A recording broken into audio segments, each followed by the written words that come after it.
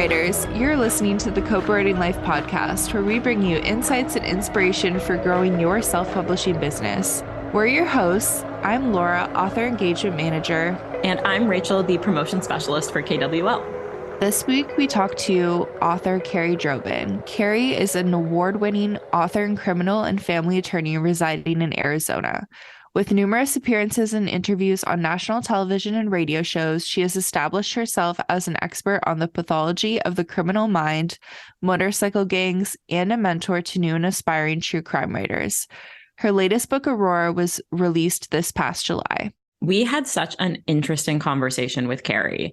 We talked a lot about her journey from aspiring poet to criminal defense attorney to true crime writer. And we really dug into the writing process of Aurora and the structure of the book, the research that went into it.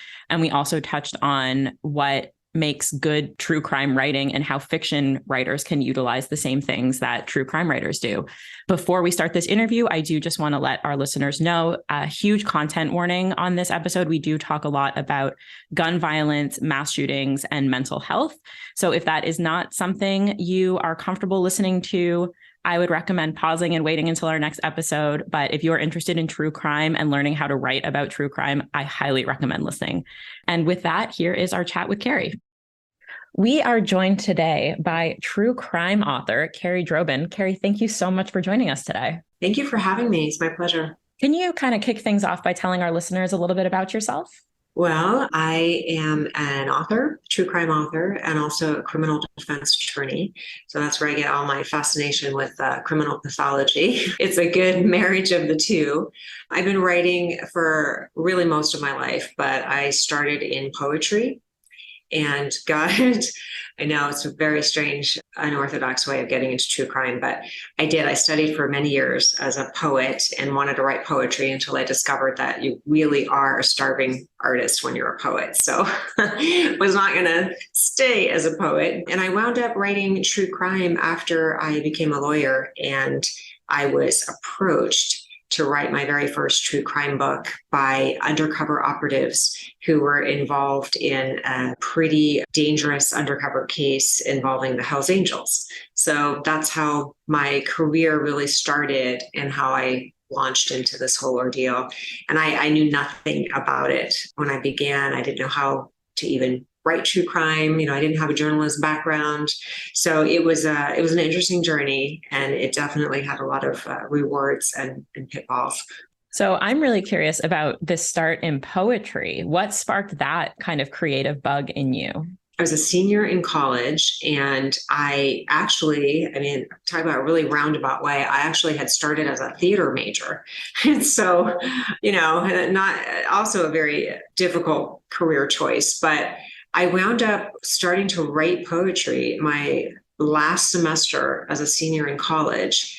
And I had a professor at the time who was teaching poetry. And he said, you could go on and really hone this craft and, go to graduate school and really like it. So it sort of like evolved from there, where I just kept writing poetry. I had no concept or idea of how I was going to support myself.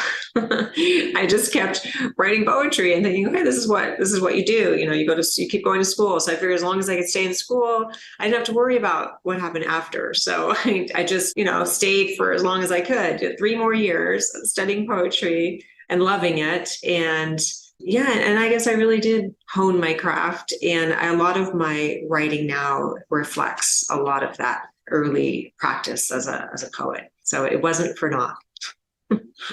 And then what kind of made the shift from poetry into law? Because those are two very different sides of the brain that you're using there. Nobody in my family was a lawyer. I didn't really have any guideposts. I was actually wanting to be an adjunct professor of poetry. So that was my, the logical route. You go to poetry for so many years, now you want to teach it. But the recession hit, and there were no jobs for anyone. There were no jobs for poets and no jobs for adjunct professors. And so I really was sort of rethinking my whole life and thinking, how am I going to do this? I have to support myself. I don't want to be a starving artist. It's really no fun to be really poor. And I was tired of eating bagels and popcorn, which was my diet. And I'm living proof you can live on that for quite a while and be okay. Yeah. And so my law school endeavor was kind of interesting too, because the moment I decided to apply to law school, it was really 2 weeks before the final applications were due. So there really wasn't time to apply to a whole bunch of different schools. I could really only apply to one school. And my initial thought before applying to law school was, I'll go be a court reporter. Because I thought I could do that. I'm a good typist. I could whip up something really quickly. It would be a steady income. Never even crossed my mind that I could be a lawyer. So when I decided to be a lawyer, I was reading John Grisham's book, The Firm. And I thought, I could do that. so I mean, I had no, it's very roundabout, serendipitous way of getting to law school, but I had no money. I mean, I was really starving. I did not have the money to even take the LSATs or to apply for the application fee. The application fee was like $35, and I didn't even have the money for that. So I went to the dean, or I guess the admin person over at the law school. And I said, I really want to apply to law school, but I don't have the fee for this. So can you waive the fee? And so yeah, they waived the fee. And that's how, it was complete luck that I wound up, I think, in law school. And it seemed to be a really good fit because I wound up going immediately into criminal law. And criminal law is all trial work. It's telling a story. It's being before a jury. And so it was the acting part of me that really loved law, and the, you can weave a story, even with a bad set of facts, you can still weave a story. And so that's really how that sort of fit into the later version of storytelling. I think that's really interesting too, because we interview quite a few writers on this podcast, obviously, and there's a lot of crossover between authors and lawyers. And I think especially because of that storytelling element that is required, especially in any sort of law that you're practicing in court. Yeah, it is. I mean, it's however, you can't change the facts, but you can definitely spin them. And, I started out as a prosecutor, and what I did not like about prosecution was that it was so much more policy driven, and I didn't have a lot of discretion. And so my storytelling was very limited and it was very couched. And the objective, the end game was very different. And so I wound up going from prosecution to defense. And when I became a defense lawyer, that's when it became interesting to me, because now I was really delving into pathology and why people do the things they do and being able to talk to the people. And so it was employing a lot of different skill sets. So it was the interviewing, the negotiating, dealing with people who are not always rational and trying to figure out how you can, get them to the table to actually at least pretend that they're going to be rational for a few minutes. And then I got into the capital world. So death penalty work really was an incredible foundation for a true crime. Of course, at the time that I got into death penalty work, I was not a true crime writer. So it was very interesting how it all sort of wove into this fabric of who I am today, but it was not planned. And it certainly was not a straight path. It was very circuitous. So, I would never want to be a guidance counselor and tell somebody like this, just follow your heart, do what your passion is. And maybe you'll make some money at the end of the day. Well, and I should add a PS to this too, because before I got into true crime, I actually wrote a novel. I wrote 2 novels, and they were in the romance suspense genre. So my very, very first foray into novel writing was in romantic suspense, because my neighbor was a romance writer, and she took me to a romance conference. And when I was at the romance conference, I thought, wow, I could do this. I could write one of these. I like romance. And so it's so funny because the polar opposites, right? Going from love and relationships to death and murder. But it was it was interesting. It was a great, great groundwork for the future of what I was going to write, because I learned how to write from different points of view. and I learned how to get into people's heads. And so that's really the true crime that I write now. It's almost a hybrid of memoir and true crime. So it was a good foundation. And can you tell us a little bit about your latest release, Aurora? Yeah, so Aurora, it chronicles the true story of the only known treating psychiatrist of a mass murderer. And this dealt with the mass shooting at the Aurora, Colorado movie theater, which claimed the lives of 12 people, wounded 72 others, and at the time was the worst mass shooting in US history.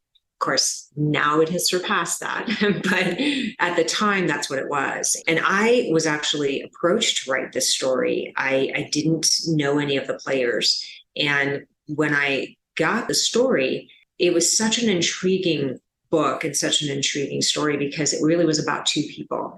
It was about Dr. Fenton's journey and what it was like to treat a mass shooter in the weeks and the days before he actually carried out the massacre, because we don't really have insight into that in any other way. And so it was very fascinating for me to be able to talk to her and find out what happened to her, like what she knew about, James Holmes at the time, what she learned, and how her life was destroyed by him. And on the flip side, it was an opportunity to really get into the head of James Holmes. What is it like? I mean, he was, here's a mass shooter whose goal was to deliberately survive his shooting so that people could study his brain. And so it was really kind of extraordinary. I mean, I had like thousands and thousands of records to go through, but he had also given 24 hours of recorded interviews. And so you could really gain such insight. It was like being in a, bird's eye seat of what it was like for him and how his whole process was. And the whole thesis of the book was that the doctor believed he was evil, not mentally ill. And so that was also really fascinating to explore. And my background as a capital lawyer was really brought into play because I thought I can really identify with his lawyers who have to defend him. And I can also identify with what is it like to be given mountains of evidence like this? Is this guy insane? Is he evil? And what does that look like? So it was a really fascinating journey for me. So once you were approached by someone to write this book, what was the writing process then like for you?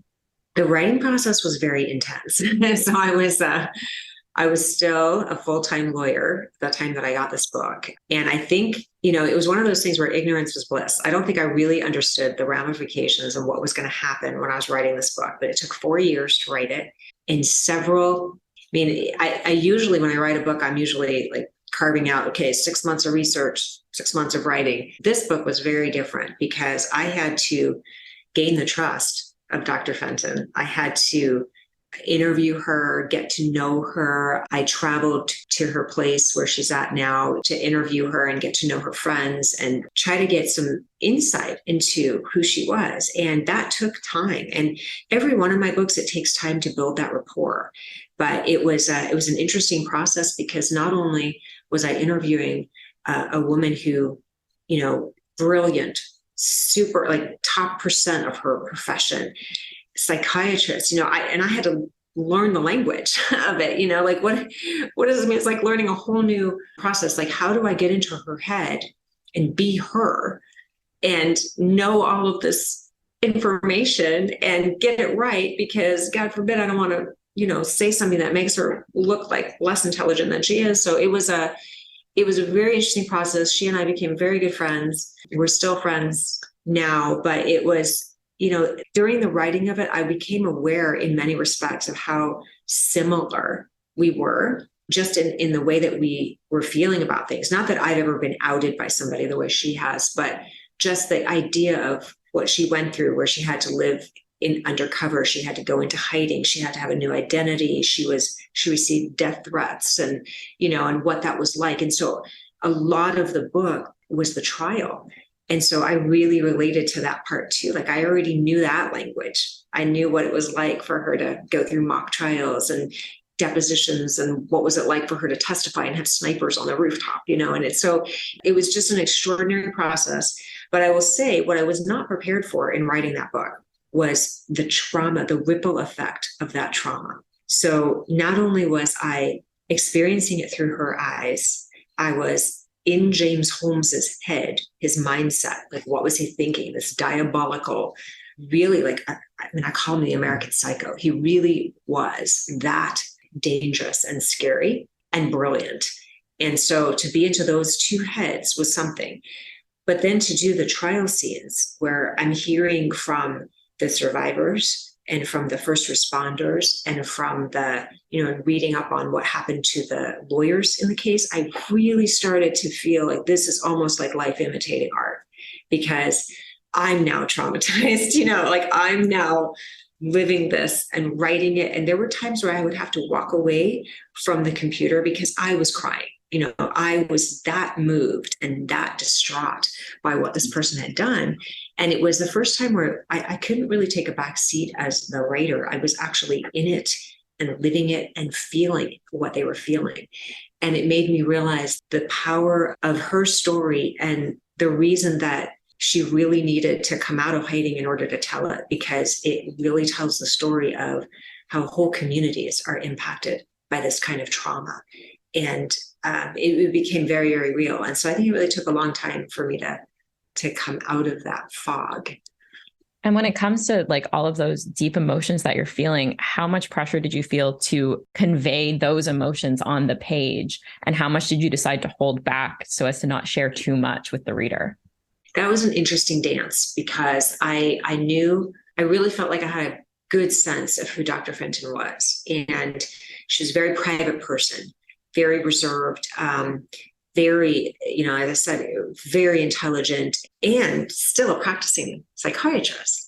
And so I did not want, I really had a careful dance there, because I didn't want to reveal very personal, very emotional things that would then later impact her ability to practice, and be this sort of neutral listener, right? So listening profession where you're not supposed to have, the patient's not supposed to know a whole lot about you, for the very reason that you're giving them space. You're giving them that space that they need to come to you with their problems. So it was a really interesting and fine line there, because I was mindful of that, but I was also mindful of the fact that I'm telling a story.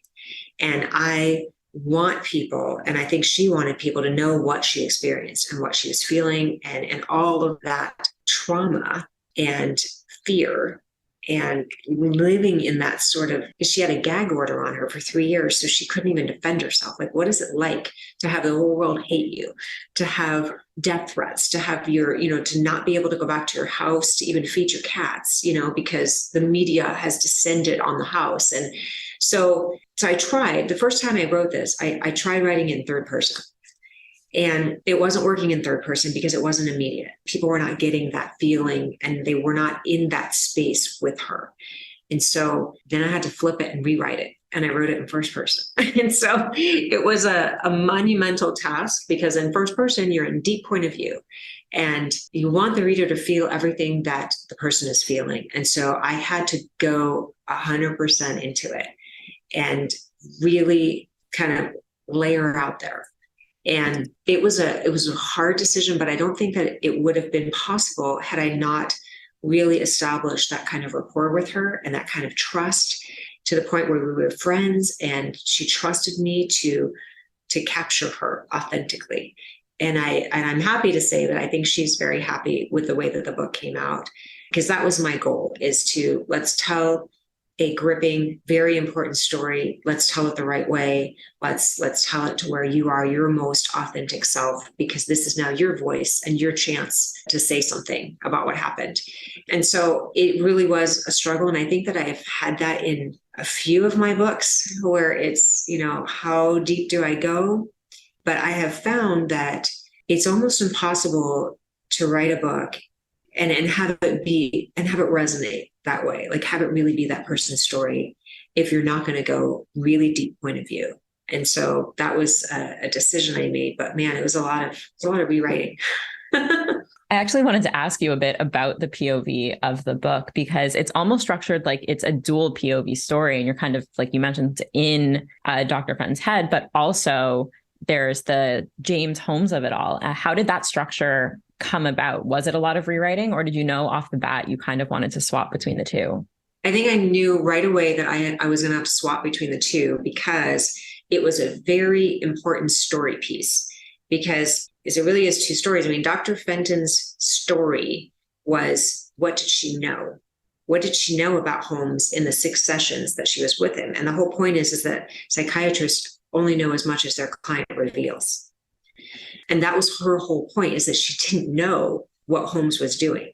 So the whole time she's seeing him in these 6 sessions, James Holmes is amassing an arsenal, and he's doing it off stage. And so there's no way to really have that in first person point of view because she didn't know. And that is her whole position, her defense, like the whole reason that she couldn't put a 72-hour mental health hold on him. I mean, she tried everything in her power, in the knowledge that she had, to stop him, but she didn't know about these things over here that Holmes was doing. So it was a very obvious structural choice for me from the beginning. The other choice that I made was to open each one of Holmes. Well, 2 things. It was I used time in the book as a ticking time bomb because time was very important. It was all of these events were happening in a very short period of time. She was seeing him in the 6 sessions. So all of that was very well detailed in her notes, but it was very brief. And then the countdown for how he was amassing all of these ballistic gears, these weapons, this ammunition, how he was amassing all of that in the time frame that he did in order to have the countdown, because he had a specific date. He actually had a calendar, which he put a pin on that said July 20th. And so that was the choice I used. It's a suspense technique, but it definitely worked in this book, I think, because it just showed, it heightened the urgency of it. It heightened the urgency from Dr. Fenton's perspective, and it also heightened the urgency from James Holmes. And so I thought that was an interesting device to use. The other thing that I used for Holmes was to open each one of his POVs with a quote from the Joker. And that, so each one of those quotes is sort of twofold. It's meant to not only show that he had targeted the premiere of The Dark Knight, and he had targeted for very specific reasons. One was he believed he would have mass casualties because a lot of people would be going to see that premiere. 2, he also believed that it was very likely that children would not be in attendance. He was wrong about that, but that's what he believed. And so it was a very specific and targeted thing. The other thing about the Joker is it's very controversial because there's not a whole lot of information out there as to whether or not he identified with the Joker or not, but there's certainly some indication that he did. I mean, he bought a mask. He would rewind several, I guess, trailers or clips of previous movies with the Joker in it. So there's definitely hints of that. And I think that the Joker's quotes really served to advance Holmes's point of view because it was sort of echoing what Holmes was doing. So all of that was very strategic, and it really went into the structure. And I think that the really challenging thing for any true crime book, any memoir really, is structure. How are you going to tell the story? Because you can tell it in so many different ways, but how are you going to get the most impact with the story? And I had never done that before. I'd never written in 2 points of view, but it seemed to really work for this story. And that's how you get all that information in that Fenton wouldn't have known. A good device. You mentioned that a lot of research went into the book. How did you decide what was vital to include? Because you had so much different information from Holmes, especially. So how do you pick and choose? Well, it's very challenging at first because there isn't a roadmap as to what is important and what isn't important. Because I have the structure, I knew that most of the information, like for Dr. Fenton's point of view, was going to be through interviews. So, I had her notes and I had the notebook. So I knew the notebook was going to be very important because that was going to give me Holmes's point of view, and it was also going to give me, maybe what happened during their sessions. So I started with that. Then I started with transcripts because the trial was really important. I could get a big overview of everything in that trial. But one of the things that I realized very quickly on when I had over 75,000 pages of records, not including audio and other things, is I got a separate computer. And I would have 3 computers on my desk. I've never done this before either for a book, but this one seemed to really dictate it. And I thought, okay, I've had death penalty cases that are, 20 plus banker boxes full. And as a death penalty lawyer, I was always looking for the story in the box, right? I mean, prosecutors look for the evidence in the box. I always looked for the story in the box. So it was a very similar sort of process, except that now everything was electronic. And the only way that I could do this was to have 3 computers because I had to keep switching screens. And my computers that had the research on them had the internet. My computer that had the book on it was it was just the book. Because what I found is, in my downtime, when I'm having trouble with the book, I would start Googling and going on the internet and wasting a whole bunch of time and going down bunny trails. And so I really had to be very organized in how I did this, because I also had, I had probably one of the longest deadlines I've ever had with writing, which was great, but it's very unusual. I had 4 years because the publisher had planned to release this book on the anniversary of. So, and because I was still a working lawyer, I thought, oh, I've got 4 years to do this. It's not a piece of cake, right? So it wasn't. I literally was researching and writing right up to the deadline of the book, which was very surprising. But that's how I was able to flip back and forth. So I had like expert reports on one screen. I had audio of James Holmes's interviews on another screen, and then I had the book.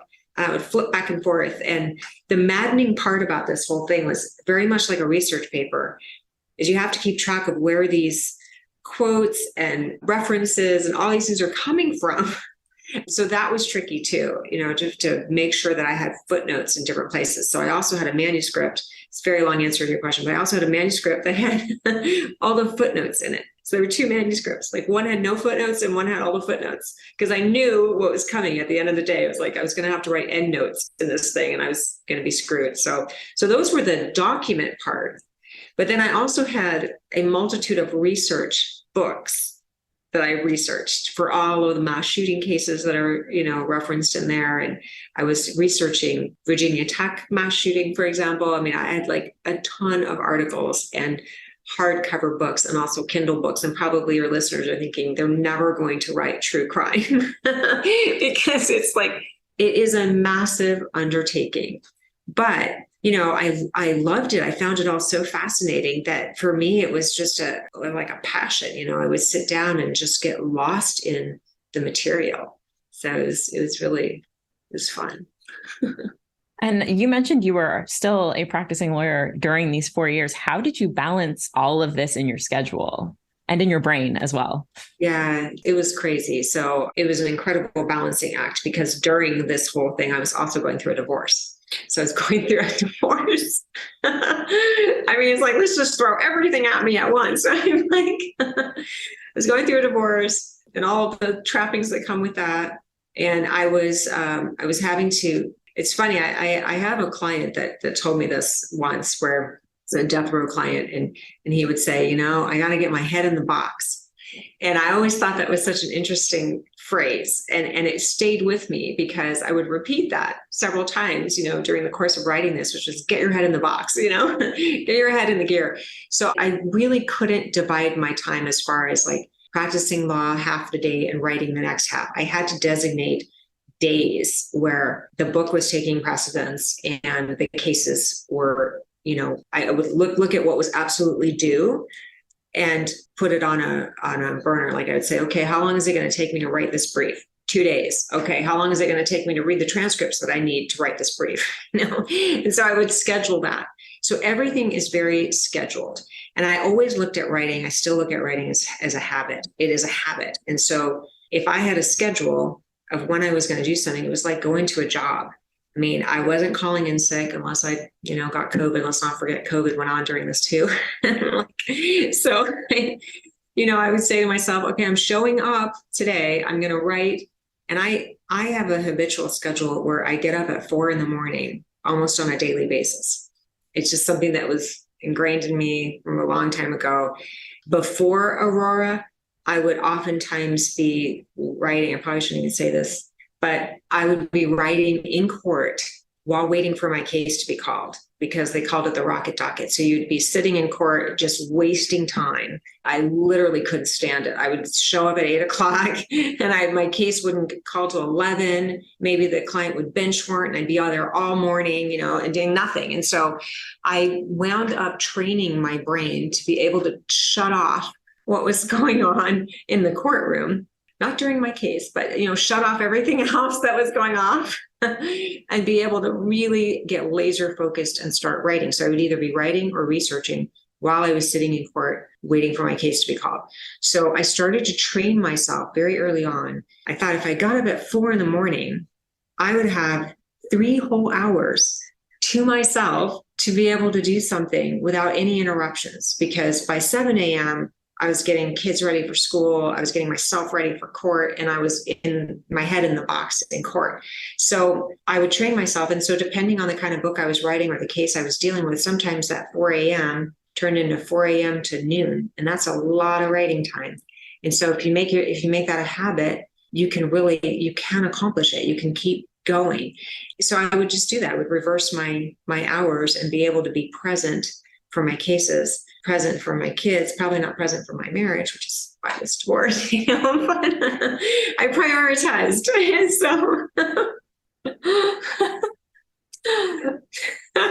I will say, as somebody who struggles to get out of bed by like 7:30 in the morning, I am so impressed by this 4 a.m. It was a necessity. You just trained yourself. It's like anything. That needs to be your next nonfiction book, teaching us how to get up early and make the most out of our day, because I could use that How to make one. it a habit, yeah.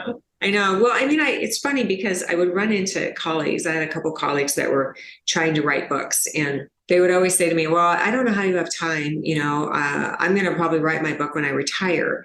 But they would sort of corner me in the halls and say, I have an idea for blah, blah, blah. But I don't know where you find the time to do this. And my response internally was always, you have to make the time. Like, it's never going to happen if you always put it off. Like, if I waited until I retired, I probably would be demented. I would not even be able to write the book because I'd be too old, and so wouldn't have my faculties about me. But I think once you say to yourself, this is a job. I mean, if you want to be a professional writer, it is a job. You're being commissioned to do something. You're being paid for it. Hopefully you're going to get royalties off of it. Hopefully. So it is a job, and it has to be treated as a job. Otherwise it's a hobby. And so if it's a hobby, then you're only writing when you're inspired. You're only writing when you have time. Your hobby, you're having ideas floating around in your head that aren't materializing into anything. And so that's really the distinction that I made really early on. I mean, even when I was a poet, I was always writing something to make money, even though it was $10 at the time. I was making money at it because, writing is so difficult. It's probably the most difficult thing I've ever done. It's harder than any law case I've ever tried. And I used to tell myself, if I'm going to spend this kind of energy and time putting together a book, I'm going to publish it, because what's the point otherwise? The whole point is to tell a story and share the story, because that's where the value is. It's in the sharing of the story, because maybe somebody out there is going to identify with it, relate with it, be impacted by it, and so it's a form of communication that I think is really the most valuable, and that's the reason that piece of criminal defense work that I find attractive is the telling of the story. Same idea. And how has the reception for Aurora been? Have you been able to talk to and engage with your readers? It's been, so the feedback I've gotten has been, they find it very powerful, very chilling. I've had people tell me that it's so disturbing that it's hard to get the images out of their head, which I take as a compliment, because that really was the goal, was to make it so visceral and so gut-wrenching that you don't forget. Because, the point is to keep it front row center so that we not only remember the victims, but we also remember the survivors, and we remember that ripple effect in the community and the trauma, because it doesn't go away. And I think it's so easy, especially, this sounds horrible, especially with so many mass shootings happening. In 2022 alone, there have been over 600. it's so easy to sort of just shelve them and say, another mass shooting. I mean, people get desensitized to it. And I think the whole point is, no, we can't get desensitized to it. I mean, these are horrific, violent crimes that are leaving these communities leveled. And the survivors who never recover. I mean, it's not just the survivors of the dead, it's the survivors of the wounded. It's the mothers of these shooters, the father. I mean, it's just the ripple impact of this is so tremendous that I think it's such an important topic. And so that's why the book is very graphic. It's very sad. I mean, there are moments, like I said, which actually made me cry during them and that's how I knew I was writing something very emotionally raw, because it was impacting me. And I have a pretty tough, I mean, I've seen a lot. So, but if it got to me, I mean, that's when you're writing something important, something that's going to resonate with people. So I think the response has been very positive, but it's not an easy read. So it's not something you take to the beach and read. My family has often lamented that they've not been able to read my books, and so they're like, I just hope one day they can actually read the entire book and, and comment on it. But yeah, so I take that as a compliment, though. I think that's the point of it. And shows like this that help spread that out. You guys don't have that epidemic. It is truly an American epidemic, I think, in a lot of ways, which is sad. I mean, that's a comment. I think, I mean, it really begs the question, what is wrong, with our culture and our, I mean, what is wrong? There's something wrong. It's an epidemic and we don't have answers for it. And I think that's even more disturbing. That's sort of the subtext to the whole book is there isn't an answer. I mean, the book asks the question, it sets it up, is not only explains what happened, why it keeps happening, and is it at all preventable? And it's sort of, underlying that is the question, can you spot a mass shooter? And if you can spot them, can you stop them? And the chilling and sad answer to that is no. And so then you have to look at something else. Like what is going on? Really, what is the underlying problem? Because it truly is an American problem. And I think that that's really the larger question. So. Well, and I think you nailed it, that like reading books like this that do evoke such a like visceral reaction, that are so emotional and like, frankly, a little disturbing, just shows how impactful these events are, because like we hear all of the news up here too, and we run the risk of being desensitized to it as well, because like we're in Canada where it's so easy to just say it's not our problem when that is not at all the case. So I think that like it is really important for these stories to be told from a personal level, because that's sometimes the only way that people will see the impact. Right. And I think it's also kind of interesting, to me from a true crime perspective is that, the audience of true crime is largely women, which is also very interesting. And I think and I've thought about this a lot, because I think with true crime, like if you're writing about a serial killer, or you're writing about, Jeffrey Dahmer, or something like that, it's sort of like this titillating fascination where you can watch this crime unfold, watch this horrible person, but have some distance. So it's like a horror film, right? You're in the comfort of your home, on your couch, and you're watching it while you're texting a friend, while you're cooking dinner, or whatever it is. There's some distance between you and that horrific boogeyman on the screen. And so I think with Aurora, that wall has been taken away. And I think that's what makes the book so chilling and disturbing and difficult to read, because you can't separate yourself anymore. And you can't read the book without really thinking about the questions that I posed. And for me, that really is the difference and the distinction between what I call the other true crime. It's like the other flavor true crime versus, I don't even know how you would call it, because they're all reality, but it's that distance. where you really have to connect with this. And I do that on purpose. It's not, where you have to literally get into her head and be with Dr. Fenton when she's meeting this person that she described as evil incarnate. So I think so that's the difference, I think. So a lot of your previous books, true crime books, also touch on that other side of true crime. Your previous books were uncovering stories about the world of biker gangs like the Hells Angels. How did the writing process for this book differ? I think the process was really different because, first of all, this was the first time that I was in the head of a person who I would consider on like equal footing in a way. She was a quote unquote normal person, like one of us, like she's a psychiatrist in a professional world. And this crime like came to her, it was a situation and an event. And, any one of us, perhaps if we had been in her position, would have had that happen. Whereas writing about undercover operations, infiltrations, informants, biker gangs, those people deliberately put themselves in those positions to go inside and, uncover an operation, uncover what's going on in these biker gangs. And so they've put themselves at risk. And so for me, the process was very different because the story really became about the operation.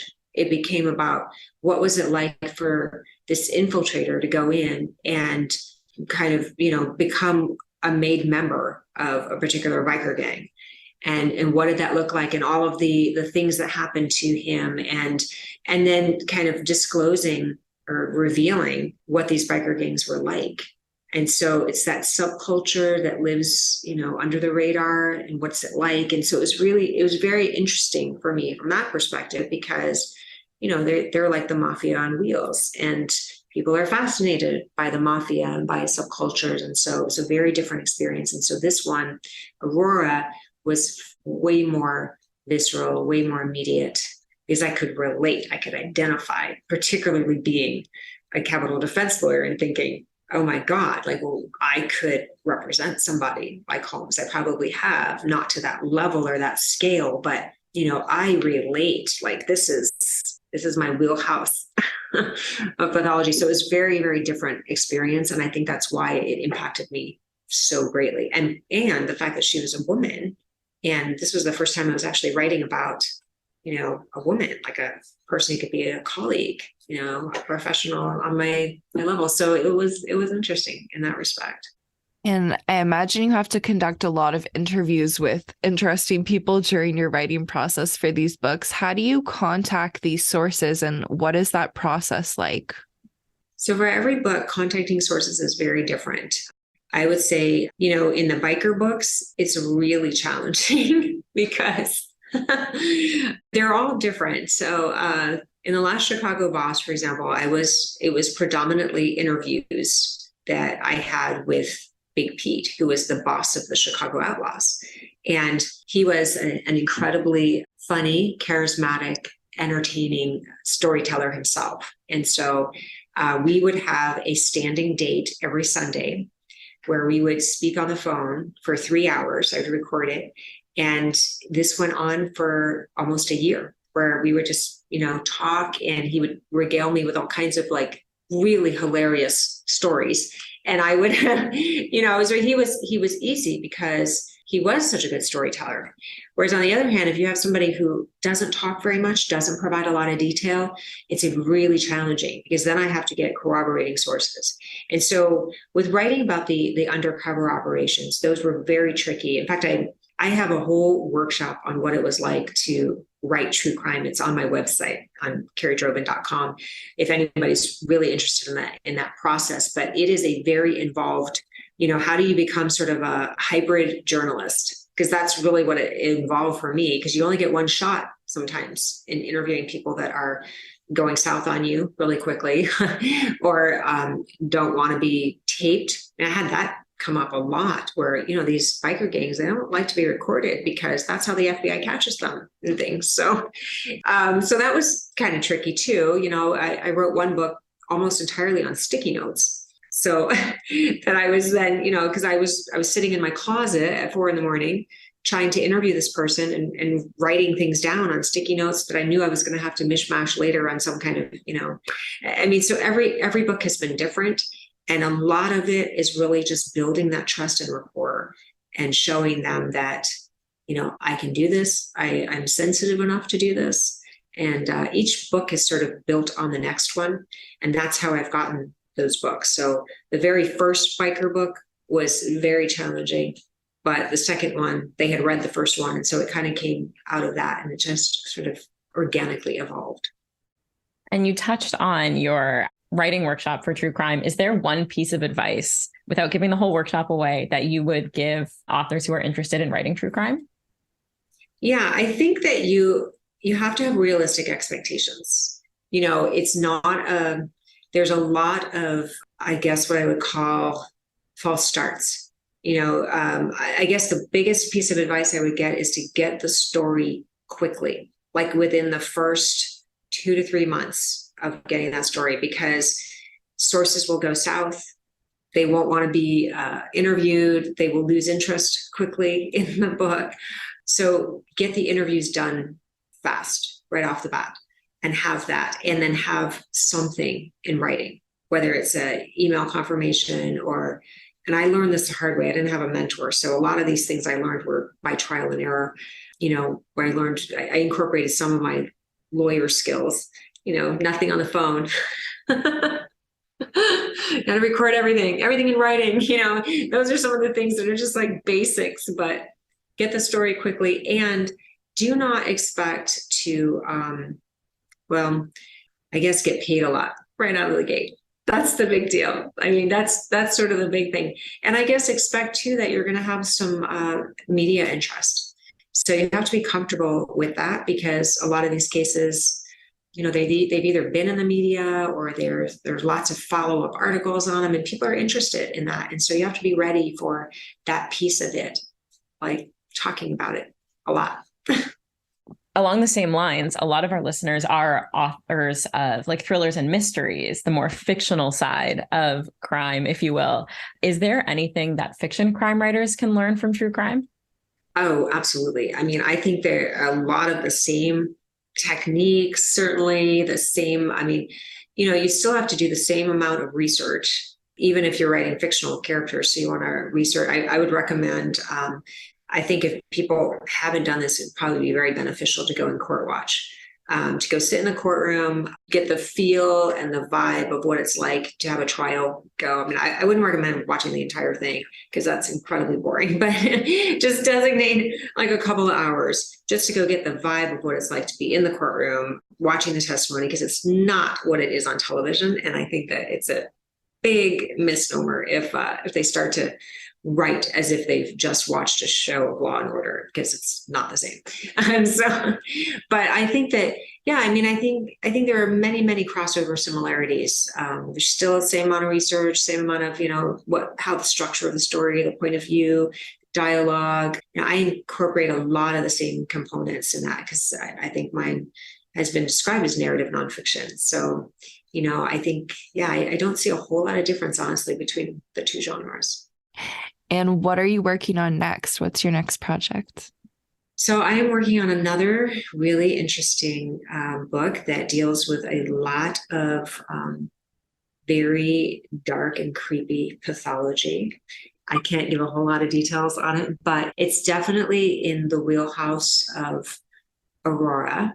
It's equally disturbing, I think. And I think it's one of those books that's going to, I think, appeal a lot to women. And I think it's going to be good. It's going to be creepy. I'm very superstitious. I don't like talking about something until it's sold. I'm the same way. And I hesitate to say, I really look forward to reading it because you said it's disturbing and creepy, but I do. So. Yeah. And before we let you go, where can our listeners find you online? So they can find me at kerriedroban.com, which is my website. If they Google Kerrie Droban, they'll find me all over the place. So I think just plugging in my name. It's Droban. They'll find me. We will definitely include a link to your website in our show notes. Is your romantic suspense also under Kerrie Droban? Yes, it is. And I don't know if it can still be found, but I've had people find it. It's called In the Company of Darkness. And it was a fun book to write. It's not too far afield, but it has elements of crime in it because it was a suspense thriller. But yeah. It's going to be Laura's personal mission to find it. I know. I can send you a copy. Well, thank you so much, Kerrie, for taking the time and chatting with us today. This has been thank you. Fantastic. This is great. Thank you so much for having me. It was really fun.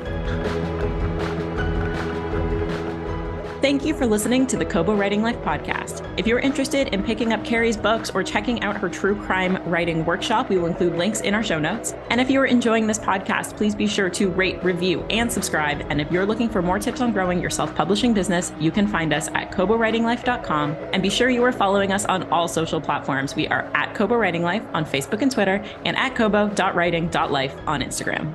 This episode was hosted by Laura Granger and Rachel Wharton, with production by Terrence Abrahams. Editing is provided by Kelly Robotham. Our theme music is composed by Tearjerker, and thanks to Kerrie Droban for being a guest. If you're ready to start your publishing journey, sign up today at kobo.com/writinglife. Until next time, happy writing!